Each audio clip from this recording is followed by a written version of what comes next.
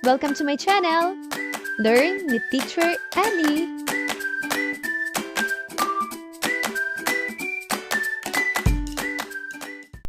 Araling Panlipunan 5, ika-4 na markahan, ika-4 na linggo, unang araw. Panuto, ibigay ang mga pagkakaiba at pagkakatulad sa pagitan ng tradisyon na ruta ng kalakalang galyon at ruta na dinaraanan ng Suez Canal.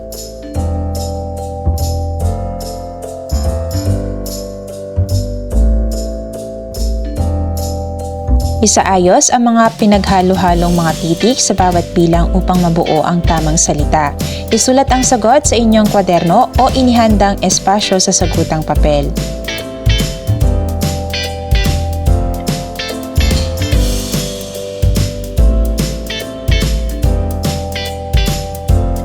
Ating talakayin ang panloob na pangyayari, pag-usbong ng panggitnang uri, ang issue ng sekularisasyon at Pilipinisasyon. Pag-usbong ng panggitnang uri o middle class. May ilang mga ngalakal, magsasaka at profesional na umunlad ang pamumuhay bunga ng paglago ng agrikultura at pagbubukas ng Pilipinas sa pandaigdigang kalakalan. Sila ang mga bumubuo ng panggitnang uri sa lipunan sa Pilipinas. Sila ay karaniwang kinabibilangan ng mga Chinese at Spanish mestizo. Dahil dito ay may kakayahan silang papag-aralin ang kanilang mga anak sa Maynila o sa Europa, partikular sa Espanya. Doon nakamit ng mga ilustrados o naliwanagang kabataan ang liberal na edukasyong nagmulat sa kanila sa tunay na kalagayan ng Pilipinas noon. Sekularisasyon at Pilipinasyon. Ang issue ng sekularisasyon ay isa sa mga pangyayari noong ika-19 na siglo na naging salik ng pag-usbong ng kamalayang Pilipino.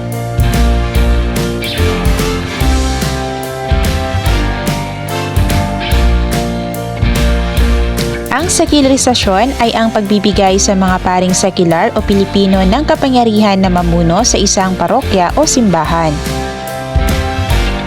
May tinatawag na paring regular na kung saan kinabibilangan ito ng mga paring Espanyol na kabilang sa mga samahang relihiyo katulad ng Agustinian, Franciscan, Recollect, Jesuit at Dominican. Ang pagtutol ng mga paring regular sa mga paring sekular na mamuno sa isang parokya ang pinag-ugatan ng suliranin. Dahil kaakibat nito ang malawak na kapangyarihan at impluwensya maging ang yaman mula sa kaban ng simbahan. Ibinalik sa mga paring regular ang mga parokyang hawak ng mga paring sekular. Diskriminasyon ang hinaing ng mga paring Pilipino na tinanggalan sila ng katungkulan. Bunsod nito, nagsimula ang isang kilusan sa pangunguna ni Padre Pedro Pilaes. Humingi ito ng pantay na karapatan ng mga paring Pilipino sa kanilang pamamahala sa parokyang lokal at pagtataas ng kanilang tungkulin sa simbahan. Sa kanyang pagkamay, ipinagpatuloy ni na Padre Mariano Gomez, Jose Burgos at Jacinto Zamora ang kampanya.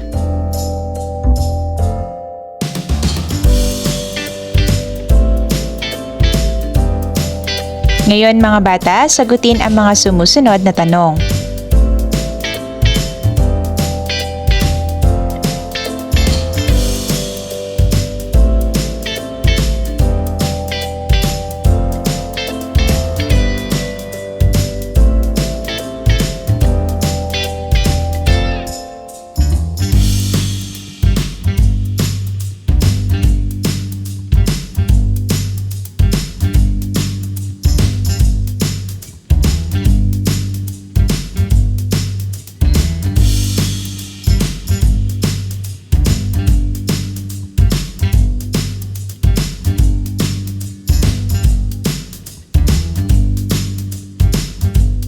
Pag-ugnayin ang dalawang konsepto sa bawat bilang.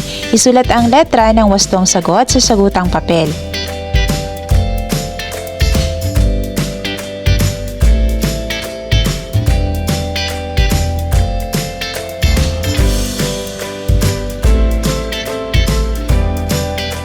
Ikalawang araw. Iguhit ang puso kung ang pahayag ay wasto. Durog na puso naman kung hindi.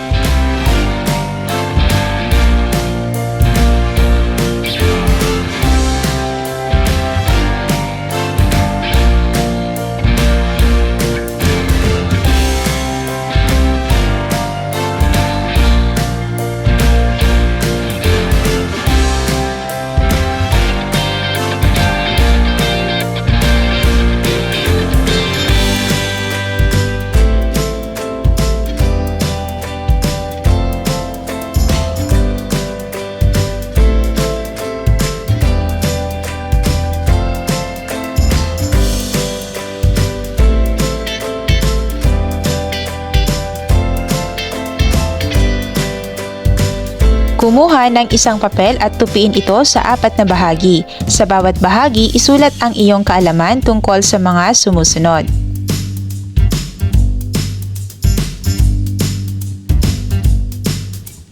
Ating talakayin ang panloob na pangyayari, pag-usbong ng panggit ng uri, ang issue ng sekularisasyon at Pilipinisasyon. Pag-usbong ng panggit ng uri o middle class. May ilang mga ngalakal, magsasaka at profesional na umunlad ang pamumuhay bunga ng paglago ng agrikultura at pagbubukas ng Pilipinas sa pandaigdigang kalakalan. Sila ang mga bumubuo ng panggit ng uri sa lipunan sa Pilipinas. Sila ay karaniwang kinabibilangan ng mga Chinese at Spanish mestizo. Dahil dito ay may kakayahan silang papag-aralin ang kanilang mga anak sa Maynila o sa Europa, partikular sa Espanya. Doon nakamit ng mga ilustrados o naliwanagang kabataan ang liberal na edukasyong nagmulat sa kanila sa tunay na kalagayan ng Pilipinas noon. Sekularisasyon at Pilipinasyon. Ang issue ng sekularisasyon ay isa sa mga pangyayari noong ika-19 na siglo na naging salik ng pag-usbong ng kamalayang Pilipino.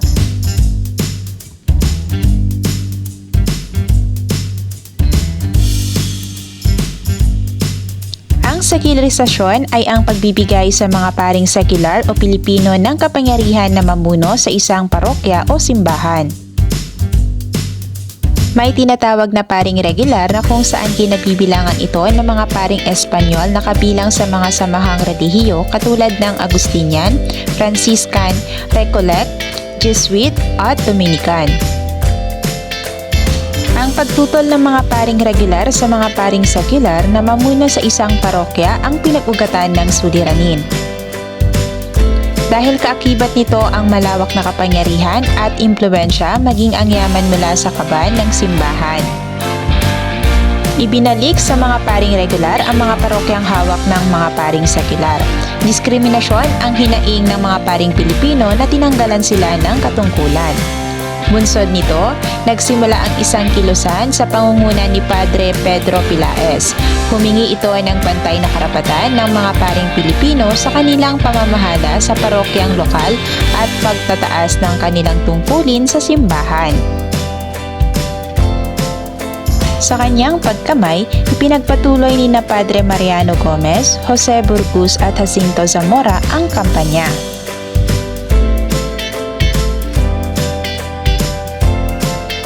Una, ano ang mga samahang relihiyoso na binubuo ng mga paring regular?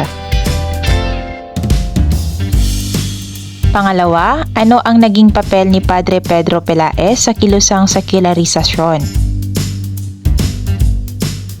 Pangatlo, bakit tinanggihan ng mga paring regular ang ideya ng sekularisasyon?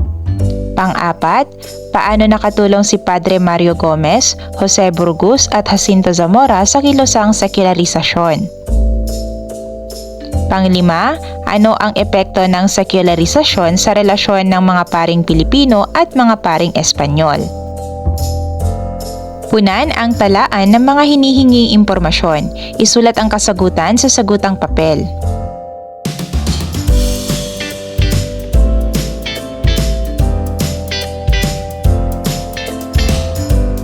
Ikatlong araw. Iguhit ang masayang muka kung ang pahayag ay tama, malungkot na muka kung hindi naman.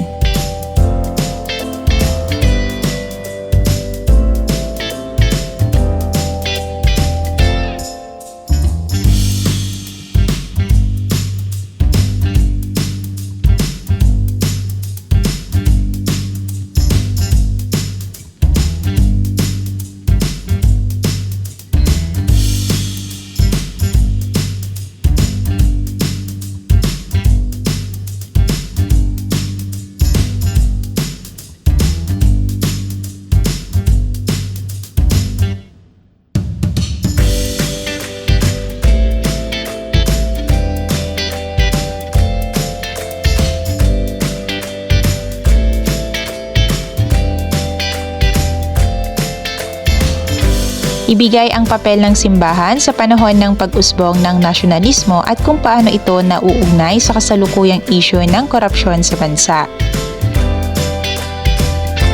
talakayin ang panloob na pangyayari, pag-usbong ng panggitnang uri, ang issue ng sekularisasyon at Pilipinisasyon. Pag-usbong ng panggitnang uri o middle class. May ilang mga ngalakal, magsasaka at profesional na umunlad ang pamumuhay bunga ng paglago ng agrikultura at pagbubukas ng Pilipinas sa pandaigdigang kalakalan. Sila ang mga bumubuo ng panggitnang uri sa lipunan sa Pilipinas. Sila ay karaniwang kinabibilangan ng mga Chinese at Spanish mestizo. Dahil dito ay may kakayahan silang papag-aralin ang kanilang mga anak sa Maynila o sa Europa, partikular sa Espanya. Doon nakamit ng mga ilustrados o naliwanagang kabataan ang liberal na edukasyong nagmulat sa kanila sa tunay na kalagayan ng Pilipinas noon.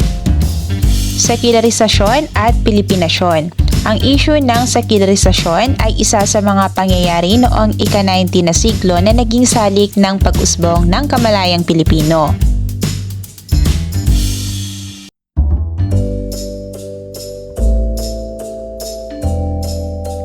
Ang sekularisasyon ay ang pagbibigay sa mga paring sekular o Pilipino ng kapangyarihan na mamuno sa isang parokya o simbahan. May tinatawag na paring regular na kung saan kinabibilangan ito ng mga paring Espanyol na kabilang sa mga samahang relihiyo katulad ng Agustinian, Franciscan, Recollect, Jesuit at Dominican. Ang pagtutol ng mga paring regular sa mga paring sekular na mamuno sa isang parokya ang pinag-ugatan ng suliranin. Dahil kaakibat nito ang malawak na kapangyarihan at impluwensya maging ang yaman mula sa kaban ng simbahan. Ibinalik sa mga paring regular ang mga parokyang hawak ng mga paring sekular. Diskriminasyon ang hinaing ng mga paring Pilipino na tinanggalan sila ng katungkulan. Bunsod nito, nagsimula ang isang kilusan sa pangunguna ni Padre Pedro Pilaes. Humingi ito ng pantay na karapatan ng mga paring Pilipino sa kanilang pamamahala sa parokyang lokal at pagtataas ng kanilang tungkulin sa simbahan. Sa kanyang pagkamay, ipinagpatuloy ni na Padre Mariano Gomez, Jose Burgos at Jacinto Zamora ang kampanya.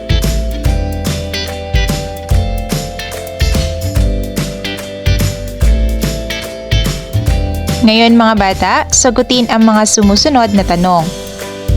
Una, kung ikaw ang magiging leader ng kilusang sekularisasyon, paano mo papalaganapin ang ideya sa iba pang paring Pilipino? Pangalawa, ano sa tingin mo ang pinakamahalagang dahilan ng pagkakabuo ng mga ilustrado sa Pilipinas noong ika-19 na siglo? Pangatlo, bakit sa tingin mo ay mahalaga ang papel ng mga mestizo sa pagbuo ng panggitnang uri sa Pilipinas? Pang-apat, ano ang iyong palagay sa pagbabago ng pananaw ng mga Pilipino tungkol sa relihiyon at simbahan noong panahon ng sekularisasyon? Panglima, kung ikaw ay buhay sa panahon ng sekularisasyon, paano mo susuportahan ang mga paring Pilipino sa kanilang laban para sa pantay na karapatan? Basahin at piliin ang letra ng wastong kasagutan. Isulat ang sagot sa patlang bago ang numero.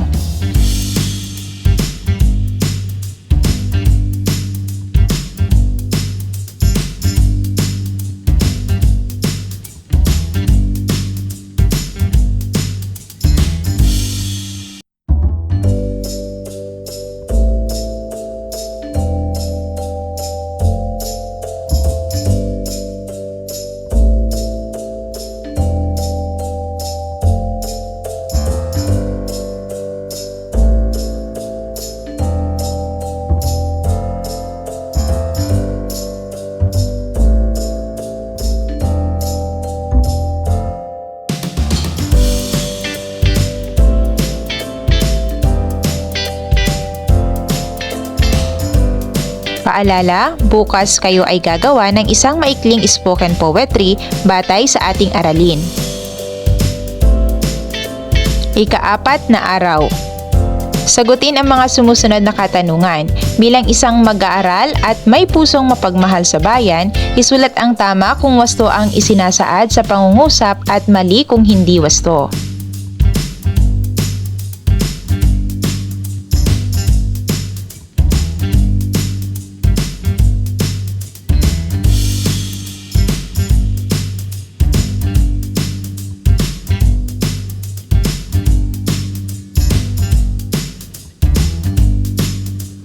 Sagutin ang mga sumusunod na tanong.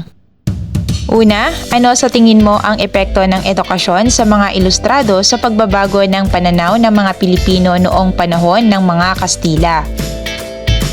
Pangalawa, paano makakatulong ang sekularisasyon sa pagpapalaganap ng pantay-pantay na karapatan sa Pilipinas? Pangatlo, kung ikaw ay isa sa mga paring Pilipino, paano mo ipaglaban ang iyong karapatan sa simbahan sa panahon ng diskriminasyon? Pang-apat, ano sa tingin mo ang kahalagahan ng pagkakaroon ng panggitnang uri sa pag-unlad ng ekonomiya ng Pilipinas? Panglima, ano ang iyong opinyon sa pagtutol ng mga paring Espanyol sa sekularisasyon? Ating talakayin ang panloob na pangyayari, pag-usbong ng panggitnang uri, ang issue ng sekularisasyon at Pilipinisasyon. Pag-usbong ng panggitnang uri o middle class. May ilang mga ngalakal, magsasaka at profesional na umunlad ang pamumuhay bunga ng paglago ng agrikultura at pagbubukas ng Pilipinas sa pandaigdigang kalakalan. Sila ang mga bumubuo ng panggitnang uri sa lipunan sa Pilipinas. Sila ay karaniwang kinabibilangan ng mga Chinese at Spanish mestizo. Dahil dito ay may kakayahan silang papag-aralin ang kanilang mga anak sa Maynila o sa Europa, partikular sa Espanya. Doon nakamit ng mga ilustrados o naliwanagang kabataan ang liberal na edukasyong nagmulat sa kanila sa tunay na kalagayan ng Pilipinas noon. Sekularisasyon at Pilipinasyon. Ang issue ng sekularisasyon ay isa sa mga pangyayari noong ika-19 na siglo na naging salik ng pag-usbong ng kamalayang Pilipino.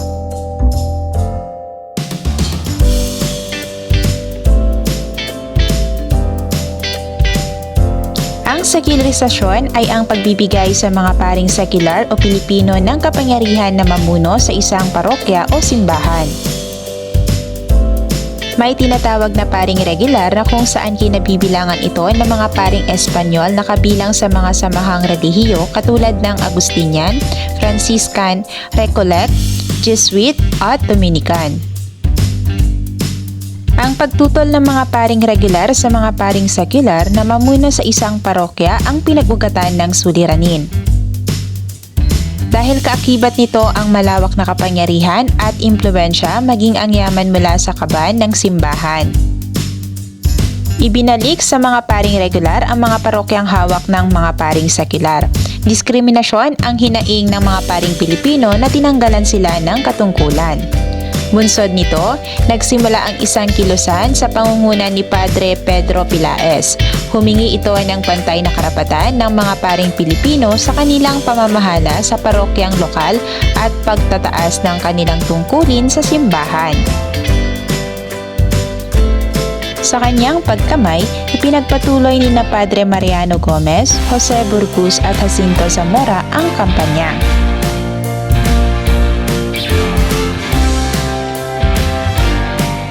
Hahatiin sa 5 pangkat ang klase at magsasagawa ng isang maikling spoken word poetry tungkol sa kamalayang nasyonalismong Pilipino sa loob ng bansa.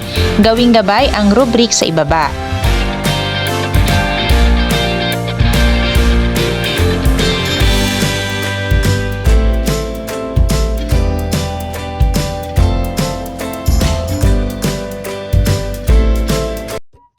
Thank you for watching! Also, don't forget to like, share, subscribe, and click the notification bell for you to be updated on our latest videos. See you on our next lesson. Goodbye!